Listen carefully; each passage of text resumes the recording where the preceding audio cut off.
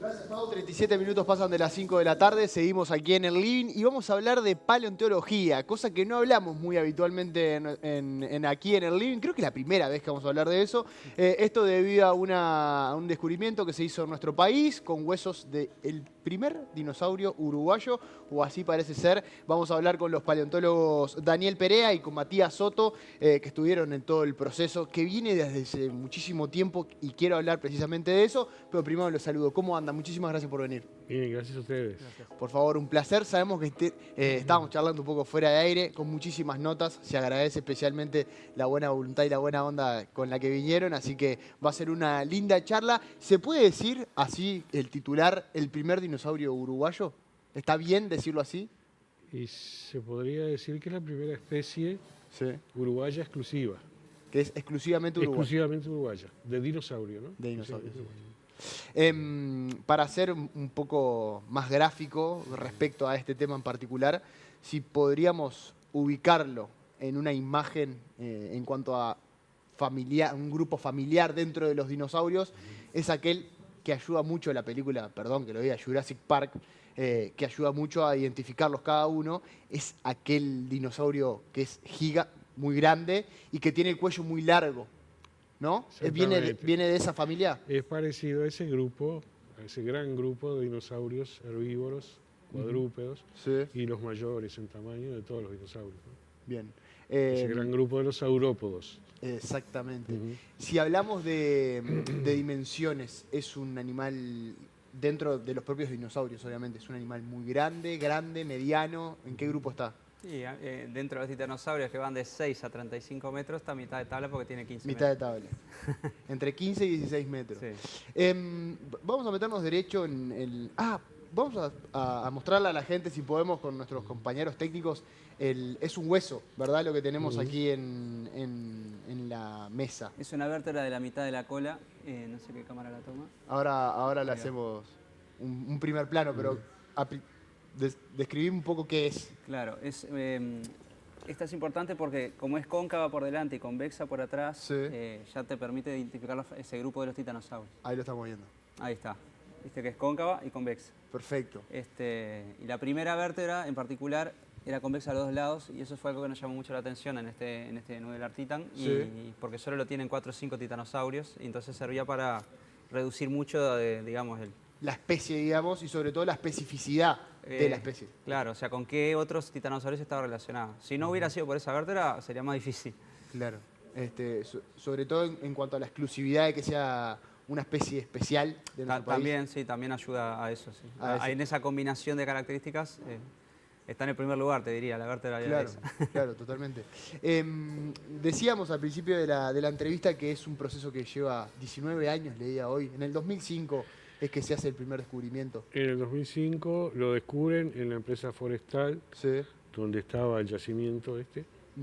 Y luego en el 2006 nos comunican a nosotros, comunican a investigadores del Museo de Historia Natural que van y efectivamente constatan que son huesos de dinosaurios, ellos nos avisan a nosotros y después hicimos una campaña en conjunto y ahí empezó, digamos, la colecta y la preparación de esos materiales, que eran muchos, era llamativo porque era un yacimiento que era único en Uruguay por la cantidad de elementos socios que había ahí. Sí. ¿De En cuántos un- estamos hablando? Y estamos hablando de decenas de huesos, no sé si Más de eran 100. Más de 100. Algo totalmente novedoso para nuestro país. Era novedoso en cuanto a los dinosaurios en particular, en cuanto Claro. a los fósiles de dinosaurios, ¿no? Y eso ayuda, digamos, a lo que es la investigación, imagino, ¿no? Porque a la mayor cantidad de piezas, más detalles y sobre todo más trabajo se puede hacer. Sin duda, sin duda. Cuanto más piezas, más información se tiene y mejores conclusiones se pueden sacar. Excelente. Ujú. ¿Cómo fue ese proceso? ¿Fue sencillo el hecho de, y lo pregunto sobre todo en cómo estaban los yacimientos? ¿Estaban en buen estado?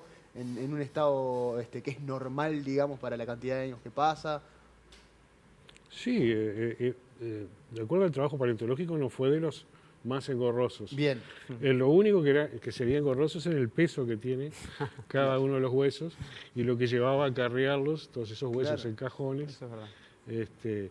Pero en realidad la extracción no era difícil para nada porque ya estaban erosionados el terreno, era como una arena que derivaba de la arenisca original que contenía estos huesos, que por erosión quedó suelta en la arena, como la arena de playa, así, y ahí estaban dispersos estos huesos, y no había más que ir y recogerlos, y bueno, tiene su peso, y en conjunto había que acarrearlos después, llevarlos a un lugar alejado de ahí, y bueno, eso fue la mayor transpiración que ocasionó. Después hubo algunos trabajos que hicimos de tamizado también. Pero era que nos gracioso llevó. porque cada vez que llevábamos el tamiz llovía. Nos decían acá no llueve nunca y cuando veníamos nosotros precisábamos la arena seca para tamizar. Claro, hicimos el tamizado para ver si encontramos piezas chicas, dientes o alguna cosa de esa, pero no tuvimos mayor resultado. No tuvimos suerte. La mayoría eran piezas de gran tamaño. Había cáscaras de huevo que no dijimos, ¿no? Eso, sí. Que también es algo que nunca habíamos visto asociadas con los huesos. Ah, mira, pero cáscara de huevo relacionado con el... Exacto, también huevos de los mismos animal. dinosaurios, sí. Mirá, y ese trabajo, me imagino, a nivel mundial es algo que habitualmente sucede, de encontrar cáscara de huevo. Solas, sí. Ahora, asociadas con huesos no es tan común. Impresionante.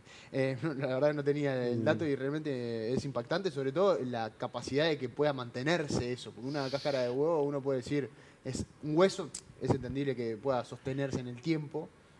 La cáscara de un huevo. Sí, pero se mineraliza y queda dura. Y aparte más gruesa que un huevo de agua. Tiene medio centímetro de espesor, entonces bueno. Más resistente. Tiene la posibilidad, las características para sostener. No, realmente impresionante. En el medio, me imagino que desde el 2005 acá pasaron un montón de cosas. Sí. Hay muy pocos paleontólogos, además por lo que venían hablando un poco fuera de aire. Un parate en lo que fue la investigación de estos huesos en particular, ¿no? Sí, como de 10 años. De 10 años, ahí va. ¿Qué fue lo que sucedió ahí? ¿Por qué los dejamos o por qué los retomamos? Sí, no, en realidad, primero, ¿por qué se hace ese parate? ¿Qué fue lo que sucedió? Me imagino que avanzaron en el estudio, creo que se llegaron a hacer informes en español. Se publicó en el 2012 un artículo en inglés y fue lo más que se pudo avanzar en el momento. No nos animamos ahí a ponerle un nombre.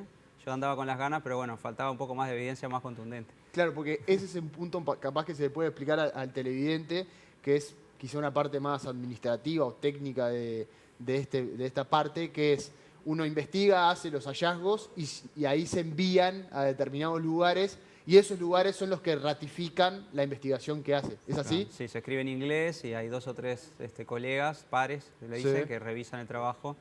Puede ser rechazado, aceptado con modificaciones, o aceptado. Y en ese momento, ¿cuál fue el resultado que le dieron en esa primera instancia? En ese momento salió bien, ya ni me acuerdo qué fue el J, ¿sabes? Una revista más bien regional. Fueron aproximaciones sucesivas, como pasa siempre en estos casos. Primero son comunicaciones en eventos científicos, en congresos, jornadas regionales, que pueden ser resúmenes, que salen publicados.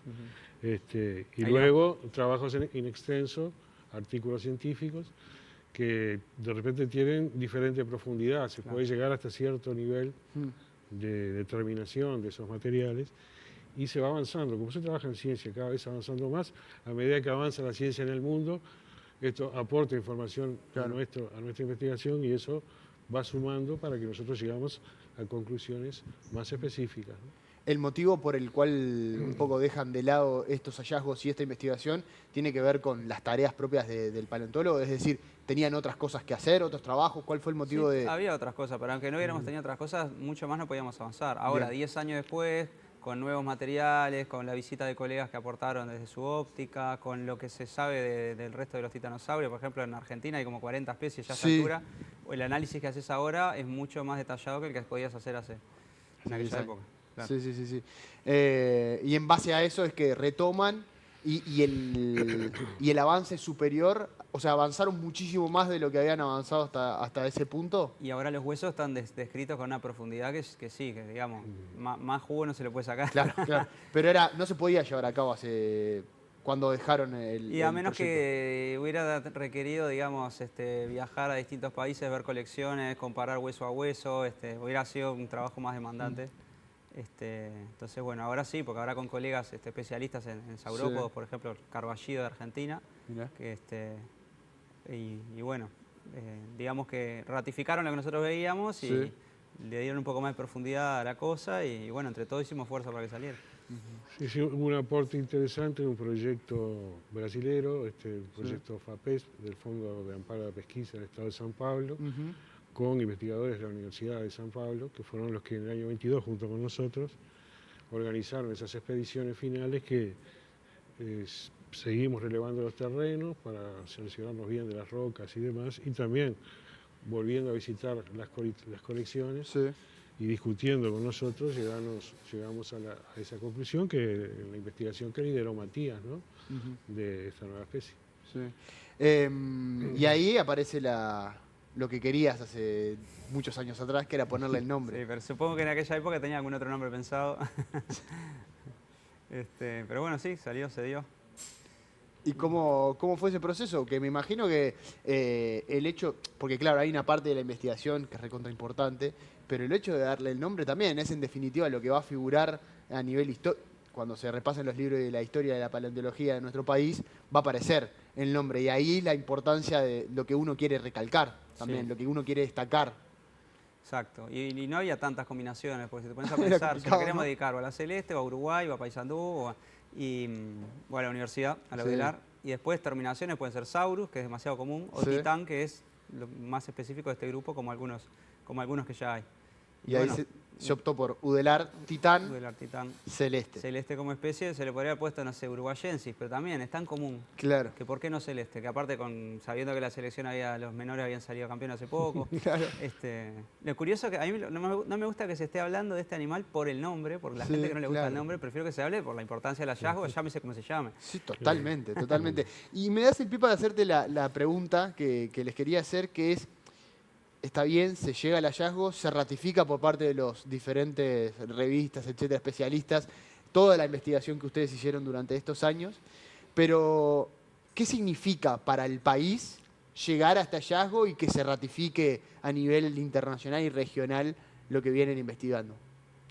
No, es un crecimiento importante de lo que es la paleontología a nivel nacional, que es una disciplina que está, digamos, en pañales todavía, pero que ha crecido muchísimo en las últimas 2 décadas, yo diría, ¿no?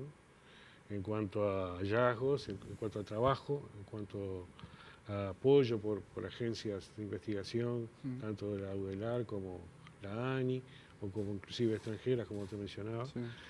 Y la formación de gente nueva que se está formando y que es muy entusiasta y que es muy sacrificada, porque no es fácil ganarse la vida siendo paleontólogo en este país, para nada. Estamos confinados básicamente a la universidad y algún museo por ahí y nada más. Y ya está. Y ya está. Y la posibilidad también de que el trabajo se pueda extender a otras partes del mundo, no sé si de técnicos hacia otras partes del mundo o de técnicos de otra parte del mundo hacia nuestro país. ¿Se puede generar eso con la publicación en revistas internacionales, etcétera, y poner al país en la paleontología o la paleontología del país a nivel mundial?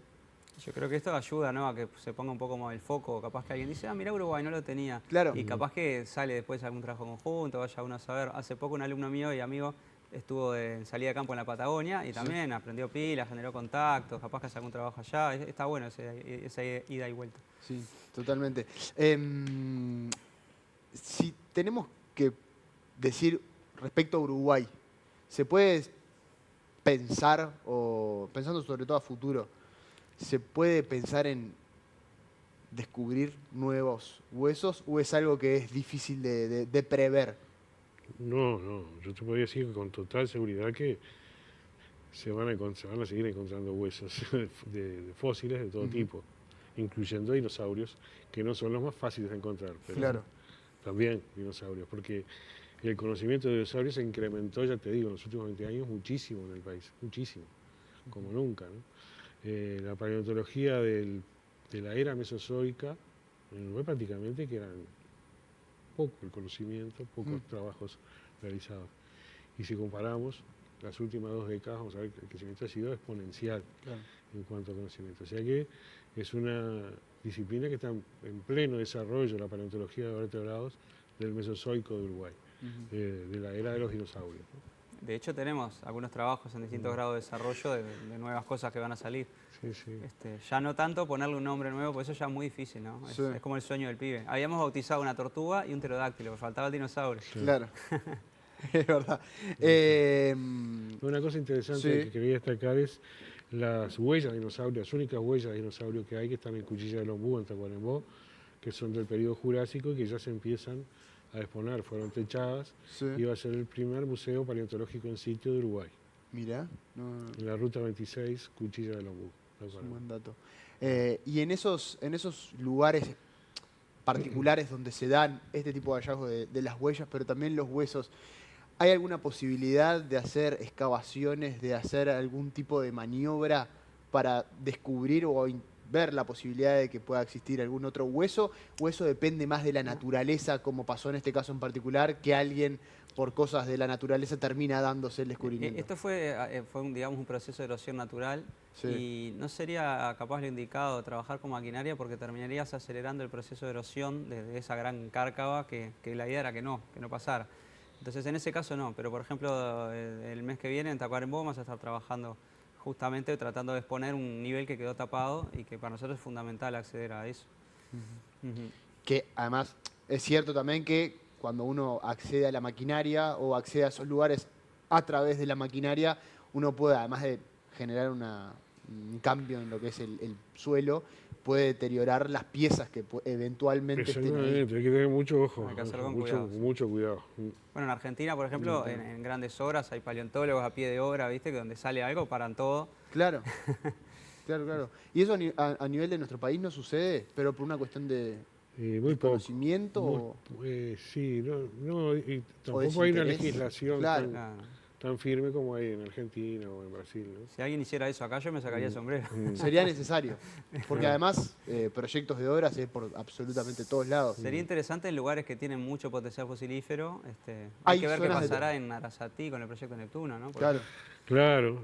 ¿Hay zonas sí, determinadas en nuestro país que se pueda sí, hay zonas que predecir? se han declarado monumento histórico nacional, que es la figura que se utiliza para la Comisión de Patrimonio. Sí.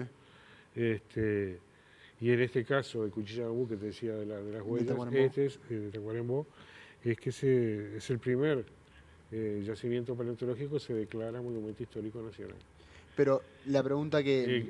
Se puede hacer eso y se puede hacer a nivel departamental, Sí. con que se consideren yacimientos importantes, ¿no? Y hay que generar toda una movida. Y al declarar eso, obviamente que eso tiene otra importancia y hay que Claro. tratarlo de otra manera. Tiene otro cuidado, Otro de cuidado, por sí. de Por lo sí, menos de aquí para por adelante. lo menos en los papeles. Sí, Entonces, sí. otro- Totalmente. Pero hay zonas del país en base a estudios históricos de dónde estaban los dinosaurios, departamentos que pueda haber una prevalencia mayor a la presencia de huesos de dinosaurios. Supongo que sí. En el Cretácico es más difícil por la cobertura vegetal que hay, pero en Tacuarembó tenemos bien identificados los lugares donde tienen mucho potencial. Bueno, muy bien. Nada, agradecerle a los dos por estos minutos, realmente un placer conocerlos, la charla y conocer este tipo de acontecimientos, porque en definitiva lo hemos hablado con muchísimos científicos de la rama molecular con todo el COVID-19, después con el dengue, vamos conociendo cosas que van haciendo nuestros científicos. Y bueno, en definitiva la paleontología no estaba tan presente aquí en el living y este tipo de hallazgos sin lugar a dudas pone el tema arriba de la mesa y como decían, hay varios puntos donde se puede llegar a hacer alguna legislación que puede favorecer a su tarea y el hecho de hacer este tipo de concreciones me parece importante y relevante. En ese sentido, si quieren dar algún mensaje, Bueno, adelante. ya que hablaste de la importancia de la ciencia, una de las ideas de haberle dedicado el género a la UDELAR es justamente, que es la institución que se dedica, el 80% de la investigación científica del Uruguay Sí, viene de ahí. Entonces, bueno, es un poco ese reconocimiento, ese homenaje. Matías, Daniel, a los dos, muchísimas gracias. Un Gracias placer. a vos. Gracias.